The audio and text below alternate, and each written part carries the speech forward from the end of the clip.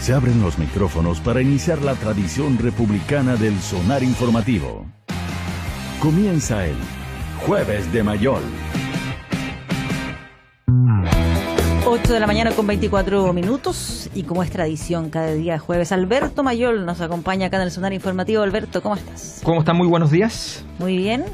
Buenos días. Buenos días. Buenos días. Así en la radio, siempre hay muchas voces que dicen buenos días. Buenos días, buenos días. Hola, ¿qué tal? Así es, efectivamente. ¿Cuál es su completo favorito? ¿O no te gustan los completos? Yo ya, eso quería... o sea, a donde más accedo, digamos, una vez cada 4 años. Ah, ya, o sea, no, era como una elección, como claro, para las como elecciones. Elección claro, o sea, cada no, por ejemplo, presidencial. no había, no sé si todavía está, pero ahí se había instalado ahí en donde termina la Plaza Mulato Gil, en el barrio Las Tarrias. Perfecto, ¿ya? sí. En Mercedes había instalado un localcito que tenía por ejemplo, uno que era con como a lo pobre, un completo a lo pobre. Entonces venía Canonga, claro, venía huevo, cebollita, y le ponían unas papitas así súper fritas, chiquititas. No era para el bajón, sí, ese, ¿no? No. Ese estaba bueno. Para comenzar. Estaba bueno, pero en general lo normal es que si voy a la típica fiesta donde hay completo con tomate y soy feliz. El tomate y me nada encanta, nada más. No, muy bien. Un hombre simple, austero. Con lo que se refiere a los completos. Para las cosas que no son simples y austeras prefiero cosas más sofisticadas. Sí, muy bien. Así que... Oye, ¿qué ¿por tan dónde sofisticado, sí, austero o simple o complejo consideraste esta agenda de la mujer y equidad de género anunciada ayer por el gobierno de Chile? O sea, yo creo que lo más a ver, hay varias cosas que son como... que son las cosas que se pueden denominar de higiénicas, o sea, cosas que sí o sí cualquier gobierno va a tener que hacer y que es lo normal. Yo creo que lo más interesante es que el gobierno toma la decisión de hacerse cargo de la agenda de movilización social, contrario a lo que había sido su estrategia del 2011, en el principio de la toma de fuerza del movimiento. O sea, venía de una semana fuerte el movimiento y el gobierno inmediatamente, no nos olvidemos que la estrategia del 2011 fue fundamentalmente derivar esto al Congreso, y el gobierno recién entra cuando la cosa se está literalmente quemando, que es cuando muere Manuel Gutiérrez, que es el muchacho que mata a un carabinero. Y recién allí, que fines de agosto, con una movilización que parte en esta misma época, recién entra el gobierno. Aquí apenas hay una semana más intensa, el gobierno comprende el carácter estructural de la demanda y entonces saca una solución. Como experimento así de política aplicada, es bien interesante ver, porque ante un estímulo parecido, una movilización social que incluye elementos culturales, y que tiene una inusitada fuerza, el mismo gobierno toma 2 decisiones distintas y vamos a ver cómo le va. Yo tengo la impresión de que efectivamente lo que hizo ahora es lo correcto. Es un aprendizaje, ¿no? Lo hablamos. Yo creo que un momento. aprendizaje. Sí. Yo creo que efectivamente el gobierno de Piñera, naturalmente, la segunda vez comprendió cosas, ¿ya? Ahora, no es obvio. O sea, desde la instalación del gabinete, porque este es un gabinete al inicio mucho más político que el primer gabinete de... Exacto, ahora tienen un desastre igual en el gabinete, lo que pasa es que, claro, pero efectivamente han sorteado las agendas, los escenarios los han sorteado mejor.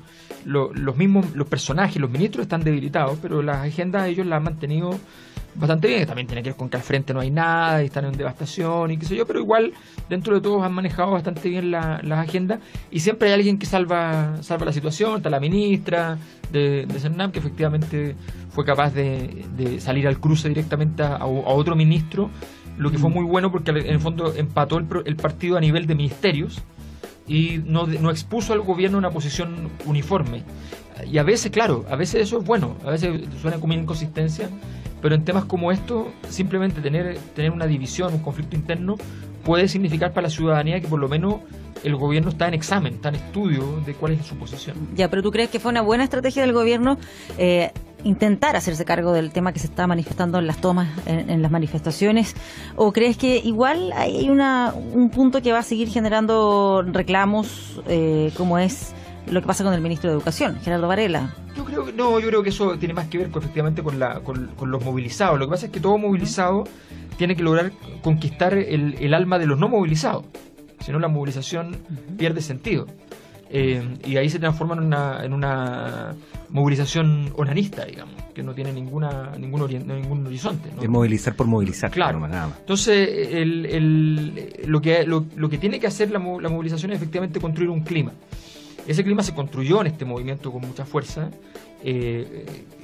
sobre todo por lo que pasó en la Católica, al mismo tiempo que lo que estaba pasando en el Vaticano. Entonces, la conjunción de elementos era espectacular, y al mismo tiempo que la Católica había liderado el tema de la objeción de conciencia, entonces se le enredó completamente al mundo más conservador la agenda, y Piñera, como siempre que ve que se está enredando algún mundo, se desmarca, ¿no? Y decide jugar por su cuenta con sus propios recursos.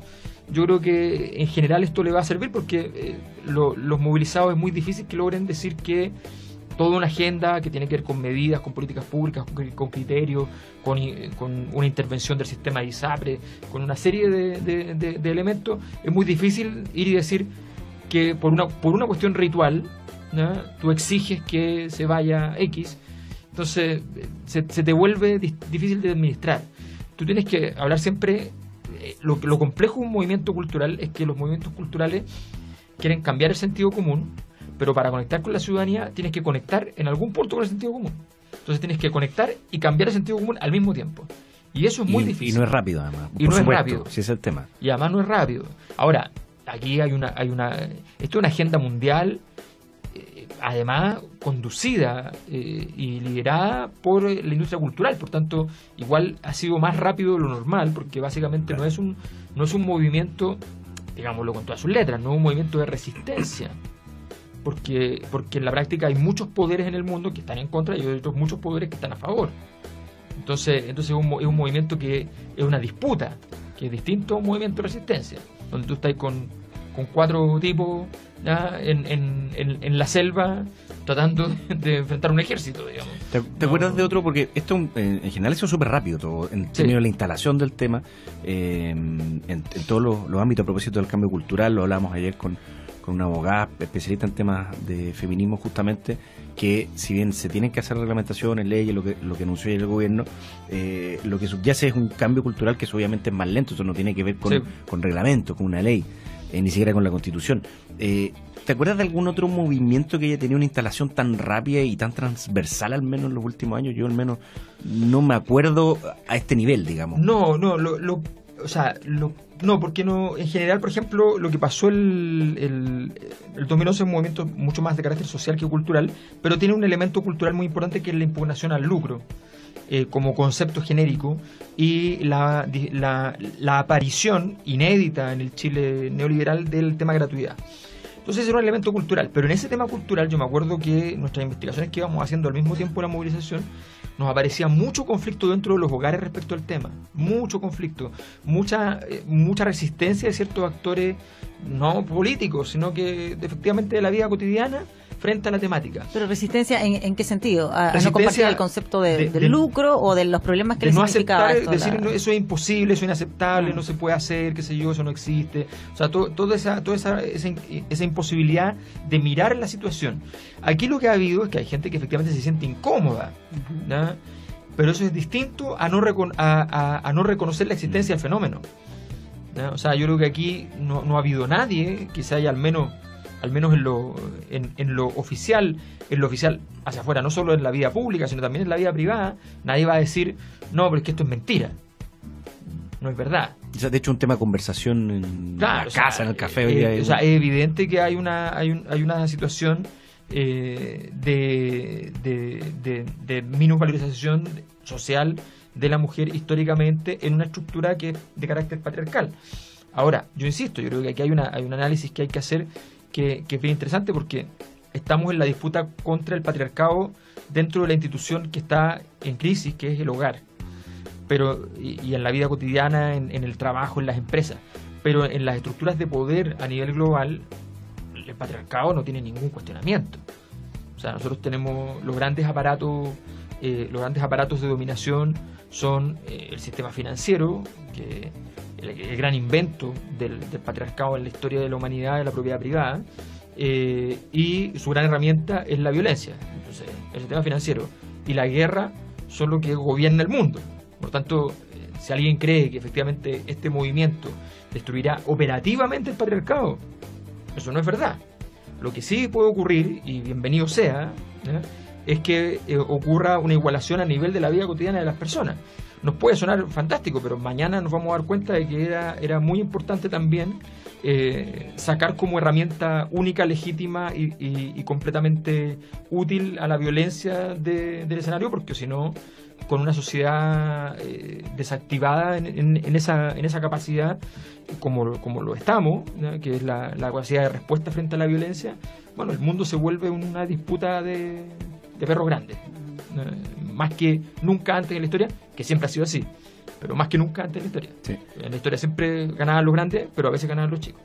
Entonces... Oye, Alberto, y a propósito del tema, volviendo un poco a la realidad nuestra, me acuerdo que en algún momento lo comentamos acá, que cuando se inicia el gobierno de Sebastián Piñera, este gobierno de Sebastián Piñera, a diferencia del anterior, que el 2010, ¿te acuerdas que tuvo como un año un poco tranquilo, entre comillas, por el tema del terremoto? Sí. Y ahora también había empezado con temas que eran bastante transversales, como por ejemplo el tema del Sename. ¿Te acuerdas? Sí. Que su primera actividad pública fue el tema del Sename y el tema de Bolivia? Sí. Temas que generaban poco debate interno, al revés, sí, generaban bastante unión, entre comillas, y claro, se decía que después, terminados estos temas, iba a venir iban a entrar a la cancha dura, como se entró, pero inmediatamente apareció este tema del feminismo, sí, que es también un tema, me parece, muy transversal, y que también hay poco debate. ¿Crees que también es una vuelta a que el gobierno aproveche estos temas justamente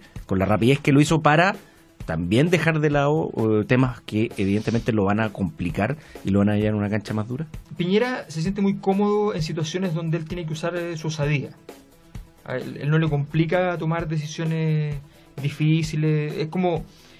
Es bien curioso esto de los dos dobletes de Bachelet y Piñera, porque son justo lo contrario. O sea, Bachelet quisiera hacer cosas mucho más osadas, pero realmente nunca se atreve, ¿ya? A Piñera le da lo mismo hacer esas cosas, solo le interesa que sean osadas. Entonces, y las hace. No tiene sentimientos de culpa ni de pudor. No tiene nada de eso. Pero le gusta esta idea de decir, oye, esta cuestión debieron haberlo hecho ellos, lo voy a hacer yo, ¿ya? Entonces para él esto es fantástico, ir a hacer la agenda más modernizadora sobre la mujer en la historia de Chile, cuando acaba de terminar un gobierno que se declaró feminista en su primera, al menos en su primera ocasión. Y resulta que no lo hizo. E institucionalizó la discusión a niveles ya burocratizantes y se obstaculizó. Entonces, a Piñera le encantan esos escenarios porque son escenarios donde él efectivamente tiene los recursos políticos para hacer cosas. Lo que le cuesta hacer a Piñera siempre es conducir el timón del barco, porque como hace muchas cosas sueltas, al final el gobierno empieza como a fracturarse en su interior, yendo para distintas direcciones. Y eso es lo que le pasa en el tiempo. Por eso normalmente su primer año más o menos siempre anda razonablemente bien, y después se le empieza a enredar. Ahora hay que decir que también una razón para que los gobiernos no se enreden a la derecha es que parte de nuestra cultura, otro cambio cultural que lo veo muy difícil de que ocurra próximamente, es que a la derecha, por su tradición oligárquica, se le concede inmunidad a cierto tipo de pecados. O sea, por ejemplo, los delitos económicos. Se entiende que la miseria humana, ¿ya?, no es algo que por lo cual se deba analizar a la derecha. O sea, si dicen una cosa espantosa, inaceptable, denostativa, qué sé yo, entonces, oye, qué terrible, ¿para qué dijo eso? ¿Ya? Hay que cuidar la forma. Nadie se le ocurriría decir qué horror que piense eso. No, dice, hay que cuidar la forma, mejorar la comunicación, ¿ya? Y por favor, porque es parte de un pacto. Esto es más largo, pero una investigación que nosotros hicimos hace muchos años nos dimos cuenta que efectivamente era parte de un pacto, que la gente más pobre en Chile lo único que le pide a las élites es que no lo humillen en público, aunque piensen eso, pero no se lo digan, ¿ya? No, usted es media paternalista, ¿no? Claro, por favor no me lo diga. Yo sé que yo tal vez no he sido suficientemente, trabajador para poder salir adelante, porque además los chilenos se consideran a sí mismos, se minusvaloran su trabajo, digamos, es muy notable ese argumento. Y por tanto le dicen, pero de verdad, pucha, no me diga eso, y yo no lo jodo a usted con todo su poder y qué sé yo. Ese pacto es como el patrón, la hacienda, es lo la mismo. Hacienda, es la hacienda. Claro, es la hacienda transformada en vida cotidiana. Entonces, ese pacto hace que nadie le diga a Piñera, no, o sea, es que esto es inaceptable, qué sé yo. En cambio, alguien de izquierda, de centro izquierda, dice una cosa limitadamente cercana. En lo público y lo privado. En lo público y lo privado. Y es un desastre porque, a ver, ¿cómo es posible? Y eso pasa en todo el mundo. Los grupos de poder, o sea, la discusión de si Pablo Iglesias, que él es diputado y su señora es diputada, tienen una casa de $600.000, que en Chile es una casa en La Reina, digamos. ¿Ya? Claro. O sea, y con paltas adentro, digamos. Entonces sí. A ver, que está siendo muy cuestionado, claro, pero es porque en el brutal. fondo también Podemos en España y lo que representa Pablo Iglesias era una mirada más de austeridad, una crítica a estos pero gastos estamos hablando excesivos. de que tú tienes, o sea, tan simple como lo siguiente. Yo creo que ahí hay un error histórico, además de la izquierda, de tratar de decir que, porque de alguna manera detrás de ese argumento es que la izquierda tiene que defender la igualdad a la manera de que todos seamos pobres. Cuando el objetivo, se supone, de la izquierda es que defendamos la igualdad, pero no para que todos seamos pobres, y no para que todos seamos ricos, para que todos tengamos un ingreso razonable que permita vivir, vivir adecuadamente, y qué sé yo. Quitar patines o colocar patines. Entonces, claro, esa discusión es bien, que se dio con Nicolás Izaguirre. Es bien absurda. Entonces, y esa premisa está detrás de todo el pensamiento emotivo, en realidad, de lo que sale de una emoción de muchos grupos de izquierda que se dicen, oye, pero es que es ofensivo que esta persona pero un tipo que lleva, no sé, ¿cuántos? 7 años de diputado o europeo o diputado nacional o ambas cosas en algún momento, con su esposa que también es diputada, ¿ya? Comprarse una casa de el equivalente en Chile de 380 millones de pesos, que son La Reina, qué sé yo, bueno, lo más probable es que efectivamente puedan comprarse. Entonces, claro, vienen tú y dicen, a ver, pero ¿cómo es posible? Claro, pero si pidieran un crédito en el banco, también le dirían lo mismo, porque resulta que ellos cuestionan a los bancos. ¿Y cómo tú vives? Exacto, ese es el punto. Tiene que ver con el discurso que han mantenido durante todo este tiempo. Pero si tú puedes criticar a los bancos, no porque no y pedir crédito en los bancos, porque no puedes vivir el mundo sin pedir crédito. Es como decir, entonces tú tienes que vivir en una selva alejada de la realidad. Claro. Sí, es absurdo. Es como me compro un auto pero critico el sistema. O con algo intermedio, algo intermedio, porque lo que se cuestiona ahí es la cantidad de dinero que se gastarían. O sea, como ese argumento cuando la izquierda reclamaba contra el lucro, el movimiento estudiantil, y le decían, cuando tú trabajas no te pagan. A ver, pucha, de verdad tengo que explicarte eso, o sea, ya, entonces... Claro, alguien de izquierda que está bien vestido, por ejemplo. Claro, entonces son cuestiones ridículas que no yo creo que son... Una discusión que no es ni de los años 60. No, es una discusión mala, o sea, no tiene ninguna sustancia. Pero desgraciadamente esas son cosas que pesan y que en cambio en la derecha pasan coladas. Sí. Pero porque no tienen ese discurso cuestionando el tema de las ganancias o de que gastes ese dinero. Un discurso, por ejemplo, de un discurso moralista, pero cuando tú los ves vendiendo sus servicios políticos al empresariado, que debería ser una cosa muy inmoral, resulta que salen defendiéndolo. Entonces, y la gente dice, bueno, sí, en realidad hay que considerar que en realidad sí, el tipo se vendió, pero bueno, ¿quién no habría hecho eso en una situación? Y como que todos lo exculpamos un poco y decimos... Se valoriza un poco, es como... Claro, es como se le acepta. Claro. Se le acepta porque cuando tú efectivamente tienes un discurso menos utópico, sencillamente tienes un crédito mayor para cometer maldades. Sí, ahora lo que pasa es que en el caso de Pablo Iglesias, que estaba buscando el dato, hace un tiempo atrás, criticó precisamente a quien estaba en ese minuto como ministro de Economía, allá en España, por comprar una propiedad en una cifra similar, 600.000 euros. Cuestionó ahí a los políticos que viven en esos chalés de ese precio, de ese valor que no les permite conocer la vida real de la gente corriente. Y ahora él aparece comprando valorada en una cifra similar. Eso tiene que ver con un factor que es importante, que es efectivamente cuando alguien en política se dispara en el pie en términos discursivos por de repente ir a discursos muy facilistas. Mira, a Podemos le pasó que al principio su osadía fue extraordinaria y le fue muy bien, y de repente empezó a entrar en disputas políticas que contravinieron por completo el sentido común.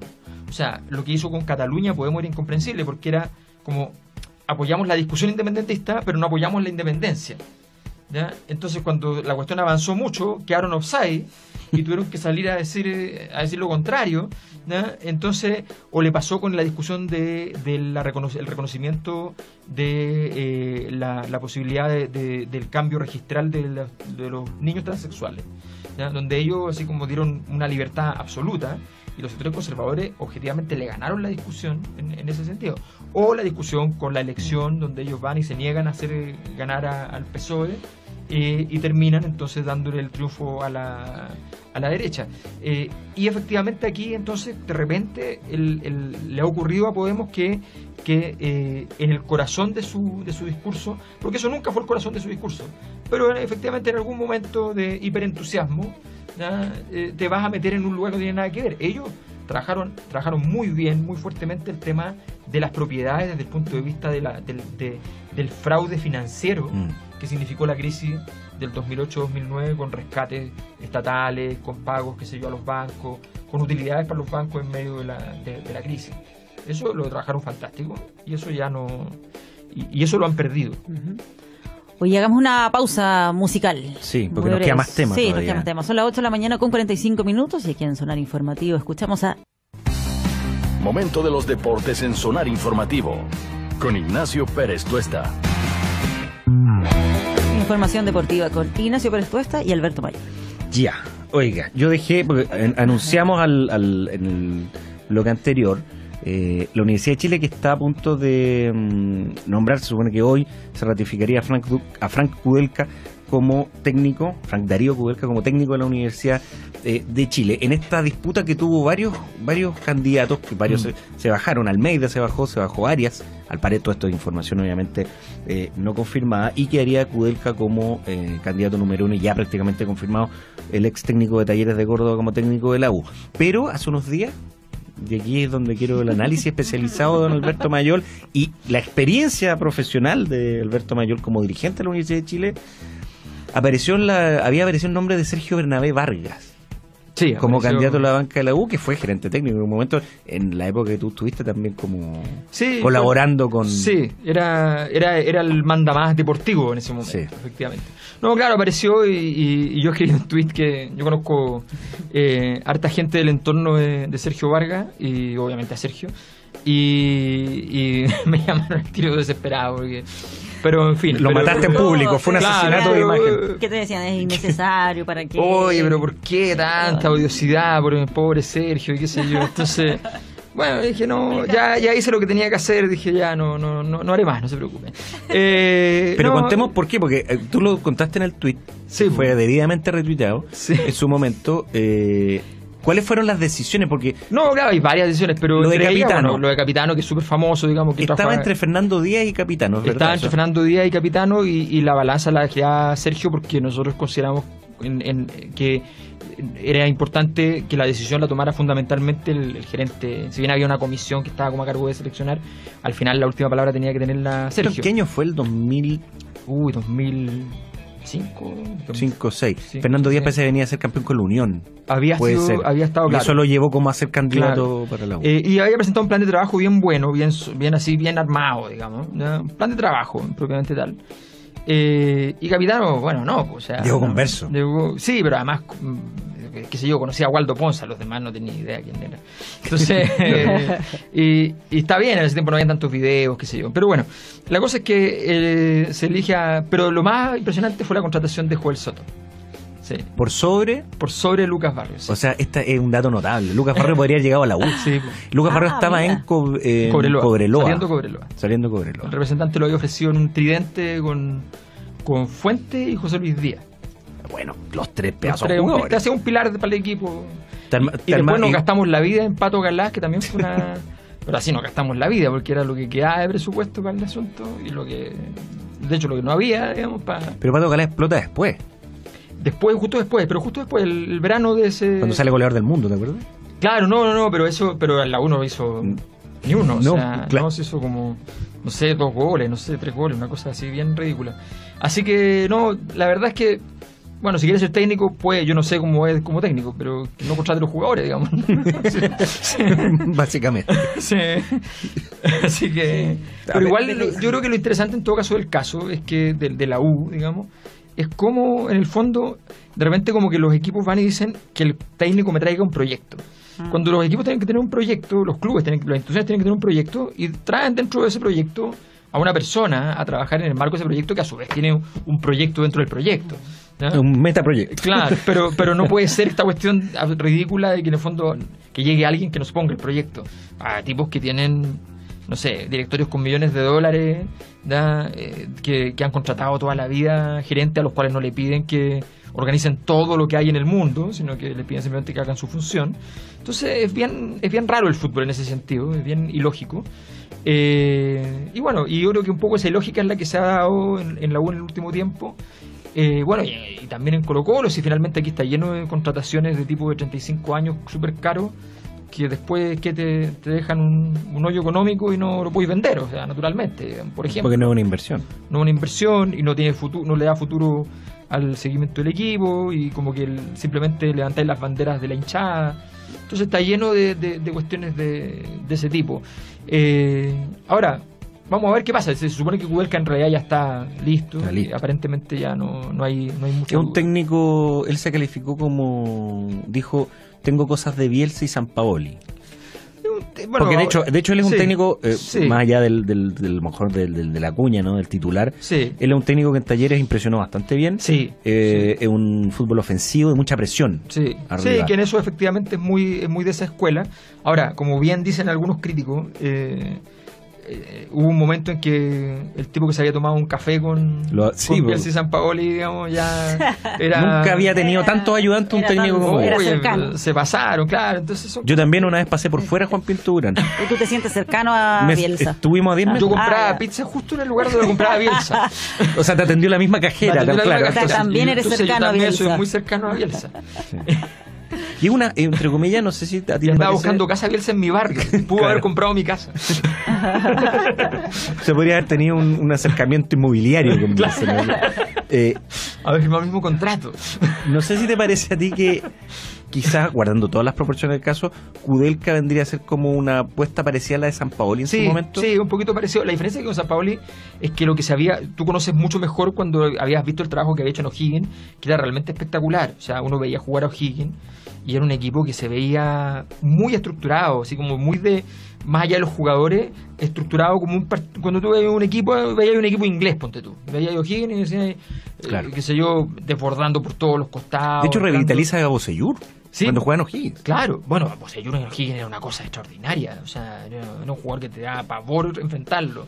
Entonces, claro, tú dices, bueno, evidentemente son técnicos. Ahora, yo no sé cuánto se ha estudiado en el fondo el fútbol de Kudelka. Yo obviamente conozco el caso, pero nunca me he puesto a mirar los partidos de Talleres así para ver el detalle. De Sampaoli no puede tener muchas dudas éticas, casi certezas éticas, sí. Pero futbolísticamente yo he visto pocos técnicos como él, o sea, de verdad criticarlo por eso. Claro, lo que pasa es que ahora está en el entuerto que es la selección argentina, que siempre el lío que tiene, que siempre es un entuerto. Sí. Entonces, gane o pierda, va a ser un lío igual la selección. Gane o pierda, va a ser un lío igual, efectivamente. Entonces, o sea, tiene que salir campeón o nada, que es una cosa bien difícil. Porque además, objetivamente, la verdad es que el equipo argentino, que es muy bueno y muy competente, tampoco es un equipo que uno lo mira y dice, este equipo es campeón. O sea, también no es Argentina del 94. También está, exacto, que probablemente el argentino del 94 era el mejor equipo argentino de la historia. Si lo que pasa es que el 86 Maradona hace el Mundial solo. Claro, el del 94 era un equipazo. Y el 90 lo hace Goicoechea más Maradona. O sea, y el 94 era un equipazo. Eso era de los mejores equipos de la historia de la humanidad, digamos. O sea, siempre el otro día escuchaba a Ruggeri y a Batistuta en un programa, o sea, los veía más bien, que decían eso. Decían, nosotros sabíamos que íbamos a ser campeones. Y cuando pasa el doping de Maradona, los mataron. O sea, psicológicamente se fueron al diablo para pelear con Rumania y que no fue. Además que la operación, porque más allá de que efectivamente todos sabíamos a lo que se llegaba Diego el entrenamiento invisible, todos sabíamos eso. No ha ocurrido nunca, pero estas cosas, la política es tan interesante en esas cosas, no ha ocurrido nunca en la historia, ni antes ni después, en ningún deporte, que la persona que le hace el examen vaya a buscar a jugar a la cancha. No, nunca. ¿Ya? Eso se hace abajo, en los canales. Claro, Sí. y lo esperan mucho rato porque muchas veces los jugadores no tienen ganas, porque sudaron todo, tienen que esperar Y y tomar tomar agua litros qué y sé yo, litros de... y hacer esperar el bus para irse, qué sé yo. Bueno, pero lo fueron a buscar a la mitad de la cancha para hacer el examen de antidoping, para revelar que se iba a hacer un examen de antidoping y que sabían lo que iba a salir. Y te acuerdas que Maradona dice doping y se ríe. Hay una Claro, imagen claro. y lo agarra la gringa y, lo agarra luego, la gringa. pum, y aparece se la ríe. campaña detrás, que la campaña que hizo Maradona de joven, que se llama Sol sin drogas. A propósito de disparos en el pie. Es un grande, digo. Oye, pronóstico para Colo-Colo hoy, porque la gente lo pide, pronóstico para... O sea, lo normal de los equipos que andan, o sea, la única diferencia es que Colo-Colo viene subiendo y todos sabemos que la U venía bajando, así que era más o menos obvio lo que podía pasar. Pero lo normal, dado los equipos chilenos como están, es que efectivamente por algún misterioso motivo y aunque sea por un poderoso milagro extraño en contra, quede eliminado. Ahora, Colo-Colo está jugando más que hace un par de semanas en la Libertadores al menos, está haciendo partidos, qué sé yo, y puede que la dispute, pero yo creo que o va a estar muy apretado y clasifica por muy poco, o sencillamente queda eliminado, no penosamente, peleándola, Sí. pero... No es un desastre, creo. Claro, no creo que sea un desastre, aunque ese partido es un partido difícil. Sí, y paralelamente puede quedar dentro de la Sudamericana también, que es lo puede que no quedar- pudo hacer la U el Sí, otro día, sí. lamentable. Sí, sí. Ya. 9 de la mañana en porque punto. tenía todo para quedar en la Sudamericana. Ya. Sí, ya no están Estamos, echando. don Ignacio, sí, que nos están haciendo ya Sí, las señas muchas de señas. rigor. Sí, muchas señas, No, ya sí, rigor. no es que Sí. no es que estén bailando, es que nos están avisando que ya estamos en el tiempo. Gracias, Alberto, por Muchas acompañarnos. gracias. Información con actitud. Escuchas el Sonar Informativo del 105.3 FM.